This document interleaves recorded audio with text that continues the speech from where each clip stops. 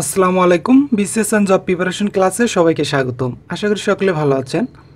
তো আজকে আমি একই ক্যাটাগরির দুটো অঙ্ক নিয়ে আলোচনা করব। এই অঙ্কগুলো আমাদের সরকারি চাকরি পরীক্ষাতে বিভিন্ন পরীক্ষাতে আসছে, এমনকি এই দুটো প্রশ্ন আমি দুটো সরকারি চাকরি পরীক্ষা থেকেই নিছি। তো এই অঙ্কগুলো যদি আমরা প্রচলিত নিয়মে করতে যাই তাহলে আমাদের অনেক সময় লাগবে। যেহেতু আমরা পরীক্ষার হলে 36 সেকেন্ড সময় পাই, তাই আমরা এই অঙ্কগুলো কিভাবে 10 থেকে 15 সেকেন্ডেই সমাধান করব সেই টেকনিকটা আজকে শেয়ার করব। তো চলুন শুরু করি। তো আমাদের 1 নম্বর অঙ্কে দেয়া আছে, সুমন 120 টাকা দিয়ে কয়েকটি কলম কিনলো। প্রতিটি কলমের দাম যদি 2 টাকা কম হতো তবে সে আরও 2টি কলম বেশি পেত। সে কতগুলো কলম কিনেছিল?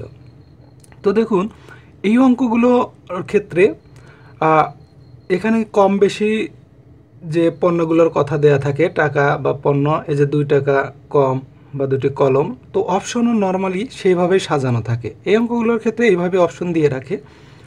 তো এই অঙ্কগুলো সহজে এবং শর্টকাটে করার যে টেকনিকটা সেটা হবে যে প্রথম দেখুন যে এখানে আছে অপশনে দেওয়া আছে 8, এখানে আছে 10, এখানে আছে 12। তো পার্থক্য কিন্তু 2 করে, যেহেতু এখানে 2 করে কম বেশির কথা আছে, তাই এখানে 2 করে পার্থক্যই দেওয়া আছে। তো এই অঙ্কগুলো শর্টকাটে করার জন্য প্রথমে আমাদের অপশন থেকে 2টা করে সংখ্যা আমরা গুণন করব। গুণন করে আমাদের যে আসল টাকা যেটা আসবে সেটা আমাদের অ্যান্সার হবে। তো দেখুন এখানে আছে ক অপশনে আছে 8 আর খ অপশন আছে 10। তো আমরা এই 8 আর 10 যদি গুণন করি তাহলে হয় 80। তাহলে দেখুন 120 কিন্তু আমাদের আসছে না। তাহলে আমরা আবার পরেরটা দেখুন, এখানে আছে 10, এখানে আছে 12, পার্থক্য কিন্তু 2। তাহলে আবার 10 গুণন 12, তাহলে কত হয়? 12 10 120। তাহলে দেখুন আমাদের আসল টাকাটা কিন্তু চলে আসছে। তাহলে আমাদের সে এখানে বলতেছে যে 120 টাকা দিয়ে কয়েকটি কলম কিনলো। প্রতিটি কলমের দাম যদি 2 টাকা কম হতো তবে সে আরও 2টি কলম বেশি পেত। অর্থাৎ সে 10টি কলম কিনেছিল, যদি 2 টাকা কম হতো তাহলে সে 12টি কলম পেত। তাহলে আমাদের অপশন এই খ নাম্বারটা কিন্তু কারেক্ট হবে। ঠিক আছে, তো আমরা সেমভাবে পরের অঙ্কটা সমাধান করব।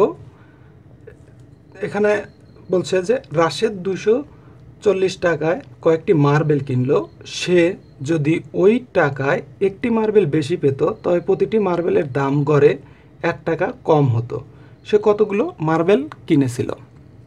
আচ্ছা, তো দেখুন এখানেও কিন্তু একটি মার্বেলের কথা আছে, আবার 1 টাকা কমের কথা আছে। সেজন্য অপশনের ক্ষেত্রেও দেখুন এইভাবে দিয়ে রাখছে, যেখানে 13, 14, 15, 16 এক এক করে পার্থক্য।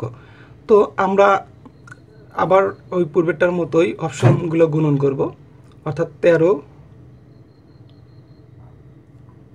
গুণন 14, 13 আর 14 গুণন করলে হয় 182। আবার 14, যেহেতু 240 আসলো না, তাহলে এবার 14 গুণন 15, 14 আর 15 গুণন করলে হয় 210, 210, তাও আসলো না। তো এবার আমরা 15 গুণন 16, 15 গুণন 16 করলে হয় 240, অর্থাৎ 240 কিন্তু আমাদের চলে আসছে। তাহলে দেখুন যে সে 240 টাকায় কয়েকটি মার্বেল কিনলে সে যদি ওই টাকায় একটি মার্বেল বেশি পেত, অর্থাৎ সে 15টি মার্বেল ক্রয় করেছিল। সে যদি একটি মার্বেল বেশি পেত তবে প্রতিটি মার্বেলের দাম গড়ে 1 টাকা কম পড়তো। তাহলে সে কতগুলো মার্বেল কিনেছিল? তাহলে দেখুন আমাদের অপশন কিন্তু এই গ নাম্বারটা হবে কারেক্ট। যদি সে একটি মার্বেল বেশি পেত তাহলে গড়ে 1 টাকা করে কম পড়তো। তাহলে আমাদের অপশন গ নাম্বারটা হবে কারেক্ট। তো এইভাবেই কিন্তু আপনারা এই অপশন টেস্টের মাধ্যমে এই অঙ্কগুলো পরীক্ষার হলে সমাধান করতে পারবেন। তো সবাই ভালো থাকেন, সুস্থ থাকেন। আজকে এই পর্যন্তই। খোদা হাফেজ।